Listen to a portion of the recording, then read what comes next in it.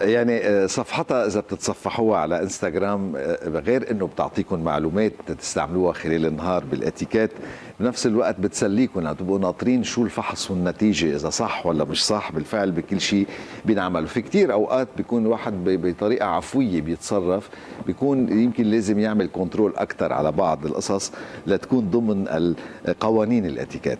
سيدي كارمن حجار، اليوم الموضوع نحن وياها عن العطور وبروتوكول العطور والاتيكيت، هديه العطر، الروايح الزايده عن حدها، الروايح اللي لازم تكون، كيف المعدلات الوسطيه اللي بتكون، كل هالمواضيع رح نتطرق لها. اهلا وسهلا فيك مدام كارمن. صباح الخير لك ولكل المشاهدين، دايما اتس بليجر لإلي كمان. يعني بتعرفي بنمرق كثير بحالات قصه البرفان، بنحب برفان بنغير برفان، بتلبق لنا ما بتلبق لنا، بيقولوا اذا ما شميتوا ريحه حالكم هي افضل، بنسمع كثير اخبار. اليوم هيك خلينا نحكي بالتفاصيل هالمواضيع. اول شيء العطر هو انطباع، يعني وبنفس الوقت يعني اذا ما عرفنا نختار صح بيتحول العطر لشيء سلبي، مش شيء كابوس كابوس، مش شيء ايجابي بالفعل. الواحد مارق وريحته ما بعرف ليش. هل هذا الشيء كومن؟ اذا ما بيلبق لي العطر انت وغيرك ما رح تحبوه علي، ولا لا كل واحد بيشم بطريقه مختلفه؟ هي ذوق بالنتيجه، هي ذوق، كل واحد شو بيلبق له، سكن تايب تبعنا شو بيلبق له. بس اللي لازم نعرفه اني انا العطر اللي انا بحبه مش بالضروره غيري يحبه، بدي احط بكميه كتير كتير معتدله لحتى ما ازعج الاخرين. نعم. العطر بده يعزز من حضورنا، مش بده يعلن عن مجيئنا، يعزز من شخصيتنا مش يعلن عن مجيئنا. يعني كتار من الناس بتحط عطر حتى قبل ما تفوت على الغرفه بتشم ريحتها من بعيد. صحيح. لا، ما لازم الماكسيموم انا احط بشكل انه اللي حوالي. في اعطيكي سر، انا اذا حدا مارق وبقي عطره بحب. ايه كثير حلو. نعم. مارق. نعم. مش قبل ما يفوت نشم الريحه. نعم. ما لازم نكون هالقد حاطين بكميه كثير كبيره، لان جوزيف بتزعج. نعم. يعني كثير ناس بتحب العود، ناس بتتضايق من العود، بيعمل لها وجع راس. لازم نعرف كيف نحط باعتدال. انا بحب العود كثير منيح، بدي اعرف وين رش على جسمي والكميه اللي رش علي. نعم. لحتى ما ازعج الاخرين. اللي مارق من حدي شم ريحتي، بس مش اللي باخر الدنيا يشم ريحتي، هيدا الغلط. الصبح وقفت قدام المرايه عم بحط عطر، انا عاده بحط عطر بيقولوا لي هون بيلزق بس نسلم عليك. قلت انه هلا جاي كارمن، لا بلا خليني اليوم بيكون بس باقي عدوش بلا عطر بقى. وصلت هون قالوا لي والتقيت فيكي بالاسانسير، يعني على قد زبطت معي. مزبوط. هل قوه ريحه العطر يعني مطلوبه او مش مطلوبه؟ يعني في عطر بتلاقيه ناعم كتير وفي عطر بتلاقيه قوي، طب ليش بيعملوا القوي اذا مش مطلوب؟ للنهار في عطر للنهار وفي عطر لليل. في العطور اللي هي لايت، من لايت الاودو تواليت ولا اودو بارفان لايت. نعم. بتكون هيدي للدي تايم، للنهارات.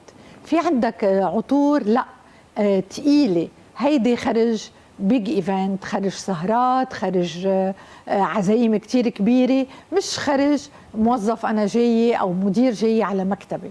بدنا ننتبه شغله، البارفان اللي كتير قوي بقلب المكاتب، هيدي شغله الواحد بصير حتى يفكر حاله انه عم يعمل شيء منيح، هيدا عم بيزعج وإلها دلالات. نعم. يعني انا المدير مش كل قبل ما يفوت لعندي، او انا اذا حكيم قبل ما يفوت الزبون اللي جاي افتح الجرور وحط بارفان على حالي، هيدا الشيء يفسر غلط.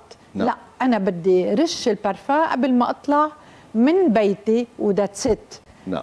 عندي نهار طويل، عندي عشاء بعدين، اوكي ممكن زود بالنهارات، بس مش ضلي كل الوقت عم برشش. وفي كتير عالم بترش اتوري اترافير. حكيتي على العود، يعني العطور الشرقيه، وهلا صرنا بنشوفها كثير، صارت دارجه مع العطور الغربيه، يعني عم بيدمجوا هالروايح ببعضها وصارت موجوده وناجحه ومطلوبه. يعني هل في فرق بين انه الواحد يستعمل العطور الشرقيه البحته اللي هي صارت ناجحه ومطلوبه وصاروا عم يعملوا لها، يعني حسينا الاساس العطور هي من دول الخليج صارت يعني، والعطور الفرنسيه وغيرها من العطور. هلا في حتى عطور اوروبيه عم تنعمل بتعتمد ريحه العود. صحيح. هيدا هون ما في. المهم انه ما نزعج، المهم انه ما نكتر.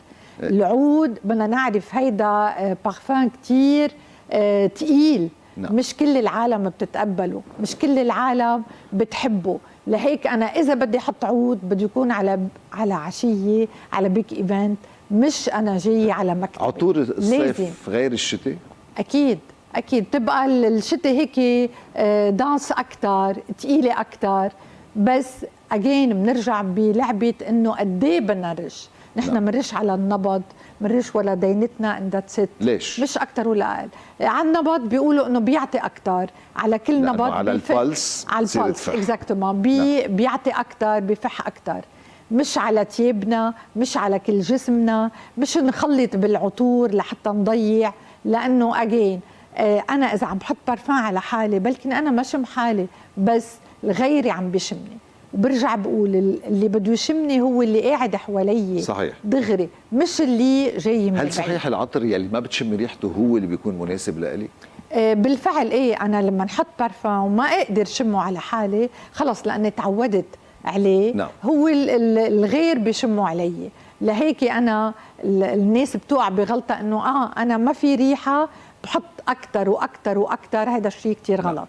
مش لازم حط بكل الاماكن. برجع بشدد. مش على الثياب؟ هلا في ناس بدنا ننتبه، الثياب اوقات بتنتزع. هلا في ناس بتحب تحط بالمكتب، يعني ما عندها مشكله انه تسحب الجزدان بمطعم قاعده بمكتب قدام الكل تسحب وتحط. هذا شيء كتير غلط. هيدي شغله برايفت وبتنعمل بالبيوت بالحمامات مش قدام الكل. نعم. هيدي لازم. عملتيه هيدا البوست دخلك انه نعم. عملتيه البوست هيدا انه بترشي لا على التياب واكس بعد ما عملتيه؟ لا بعد ما عملته. نعم. بدنا ننتبه على المجوهرات ما فينا نحط بمقابلات ليش؟ العمل لانه بتنتزع كل الاكسسوارز بينتزعوا كان حتى لو الماس لو ذهب والماس ايه ما بيسوى. بيقولوا لك عطولي ما بيسوى نحط برفان. بتعرفوا هذا شيء كيميكال. نعم. لازم نتجنب لحتى ما يصير في تشيط. كمان لازم نشدد على نقطة انه الروايح بدنا نحطها على نظافة. للاسف جوزيف كثير عالم بتفكر انه انا اوكي ما اخذت الشاور اكزاكتومون ما اخذت الشاور تبعي حط الريحة. ما عندكم فكرة المزيج شو بيعطي، بلكن انا ما شم علي الغير بشمها. بدنا نشدد على مسألة النظافة قبل ما نحط اي لوسيون او اي بارفان او اي شيء على حالنا. نعم. كمان شغله بدي اشدد عليها. في مطارح ما لازم نحط بارفان. يعني الموظفين اللي جايين على المكاتب شيء كتير لايت. يعني قصه البارفان بالمكاتب هيدي كتير بتأذي.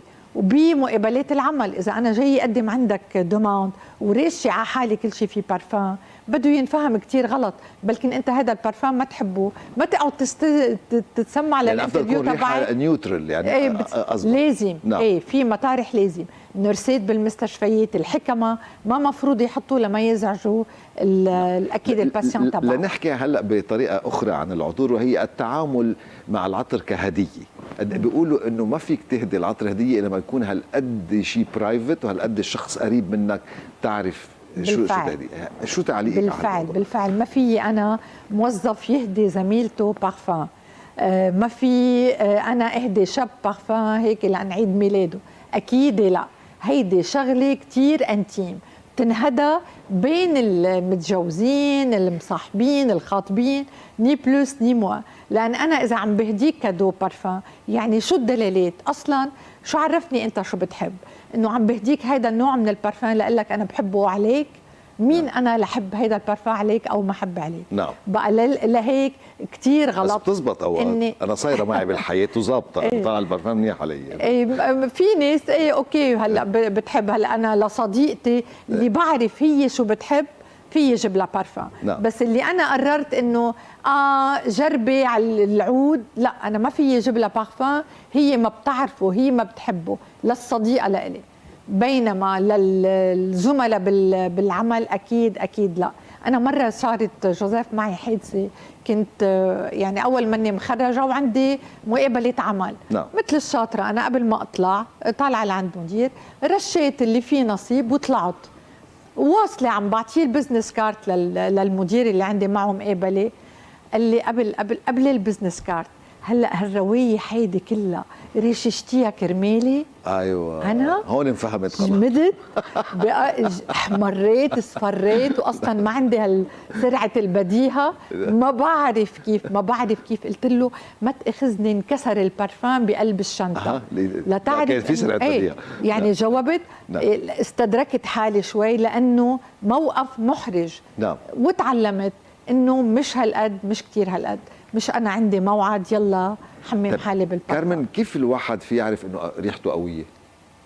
لما يرش كتير بيعرف انه ريحته بشم لما يعني. كل ما واحد فات على الاوضه على الغرفه نعم. او على المكتب وقال كان جوزيف كان هون، هيدي صارت ريحه قويه. هو الواحد لازم يترك بصمه بشخصيته بس يقعد، بس انه انا اوقات بحب الشخص يكون معروف من بارفانته. كتير حلو. نعم. انا في عندي بارفان مميز اذا قطعت.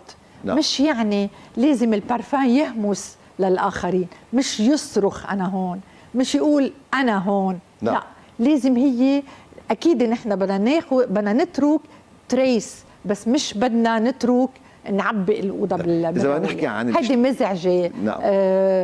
جوزيف، كتير ناس بتعمل صرع على ريحه البارفان، بدنا ننتبه. نعم. مش كل الروايح مقبوله ابدا. شو القاعده الصحيحه بالنسبه للقاعات والاجتماعات المغلقه ويكون بين 4 حيطان؟ less is more. نعم. كل ما خففنا كل ما هي نتيجة. أنا بدها تكون ريحتي حلوة، بس مش ريحتي صارخة. ما بدي أنا هون. نعم. مش هي اللي بدها تعزز لي من وجودي. أنا شخصيتي، حضوري، ابتسامتي، هيدي نعم. وجودي. في كتير، مش البارفان اللي أنا محممة حالي فيه. في كتير كارمن عطور يونيسكس بيقولوا، مظبوط، ومش كتير، قليل. وفي روايح نسائيه وروايح رجاليه، مين قرر انه هي للنساء وهي للرجال؟ بتبقى سترونجر عند الرجال، بتبقى سترونجر. نعم. نشكر الله انه قاصمين نساء رجال هيك حتى ما نعرف لنعرف اذا الرجال جاي عليه ريحه بارفان نسائيه لنكتشف. نعم. لا، هي بتبقى دائما لانه افرازات والسكن تبع الرجال غير والافرازات تبعه غير، بتبقى على طول الروايح الرجاليه هي سترونجر. نعم. هي يعني اقوى بكثير من الروايح. يعني هل مسموح تمرق السيده تشم ريحه بارفانتها، الرجل اقل له حق؟ لا، فيه كمان يقطع، اكيد فينا يترك اثر. نعم. مش يترك صرخه كبيره، هيدي اهم شيء. طيب اذا بدنا نروح لموضوع اخر اللي هو هلا بلشت المدارس من فتره، مزبوط. ويكون في اكتظاظ بالطلاب مزبوط. والروايح، يعني نحن تحسبا حتى ما حدا يجيب سيره ابننا وكذا بنرش له بارفان كثير، ديودوران كثير. انت شو تعليق؟ اهم شغله. نعم. اول شيء بدنا نقول للاهل، الديودوران منه لوكس، اتس ماست. نعم. لازم التلاميذ يحطوا ديودوران من عمر 9 سنين. لازم كل يوم يتحمموا، لانه التلميذ عم بينط من مطرح لمطرح، لازم تطلع له ريحه عرق. ما بدي احط له لا اودو تواليت ولا اودو بارفان، على القليل يحط له ديودوران لحتى ما يزعج الاخرين. واليونيفورم على المدرسه خاصه للاولاد الصغار كل يوم لازم نغير. يعني القميص لازم اذا كان في عنده يونيفورم 5 ايام 5 قمصان، لانه الروايح بالصف بتكون كتير ثقيله خاصه، وما بدنا يصير فيه بولينج. نعم. انه ريحتك عرق، ريحتك طالعه. لا، انا كاهل لازم اعرف الديودوران اتس ماست، وتغيير الثياب والشاور ديلي، مش ضروري الشعر كمان اتس ماست. وبنتطرق لقصه الروايح الكرهه بقلب المكاتب.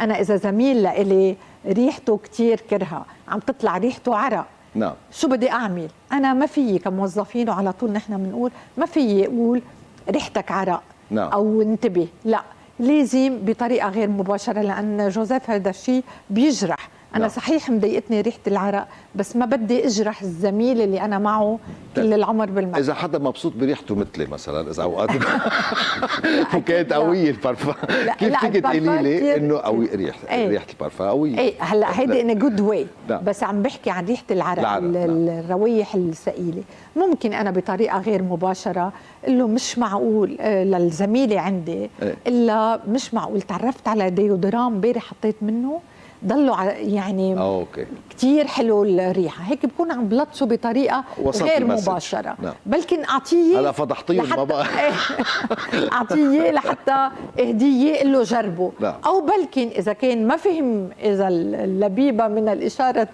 لم يفهم ممكن هون ساعتها الاتش ار بطريقتها هي تعمم على كل الموظفين، تعمل سيركولير انه يا شباب يا صبايا بليز في عنا روايح عرق، هيك بالاجمال بتحكي. بس نيفر نيفر نيفر انا اجي اقول لزميل لإلي طالعه ريحتك عرق، اوعى، لان هيدا كتير جرح. نعم. ما بي طيب يعني واذا طلع ريحته بارفان زياده؟ اذا طالع ريحته بارفان ممكن انا اقول لك جوزيف كتير حلوه ريحتك، بس عن جد انا الصبح ماني مروقه عم دوخ. نعم. اعطيك ملاحظه اني عم دوخ. نعم. اني عم بتوجع لي راسي، مش غلط ابدا. نعم بس انا اليوم حليته ما خليت تقولي لي هذا الشيء.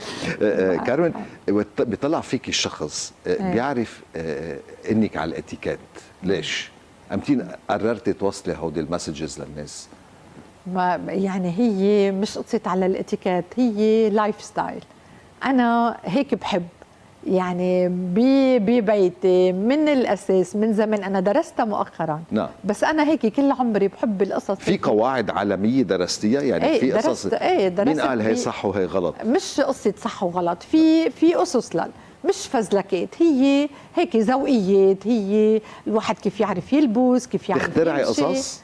لا ما بخترع، بس بشوف بلاحظ. نعم. ما بخترع قصص. لا في قصص بتخترعيها ممكن تكون صح. يعني بالتعاطي يعني بيطلع شيء افكار اكيد منك اكيد هي كومن سنس بالنتيجه. نعم. مش كله مكتوب وكله معلمينه، كومن سنس يعني ذوقيات، اخلاقيات، عوايدنا كثير بتنبسي القصص، الاتيكيت بتنبسي من هيدي نعم. من هيدي القصص، من نحن كيف احترامنا للاخر. انا ما فيي انه حتى لو ما كنت خبيره اتيكيت يعني احكي كلمه اجرح جوزيف. نعم. طيب ليه؟ في طريقه، في كون عم تصلح اتيكيت باتيكيت غلط يعني. اكيد يعني اكيد اكيد اكيد غلط. كارمن وجودك بيريح اصلا الصبح هيك وقت الواحد يلتقي فيك. وانا كمان القعده معك حلوه كثير. ثانك يو سو ماتش على الحلقه الحلوه، بنشوفك بحلقات ثانيه. الله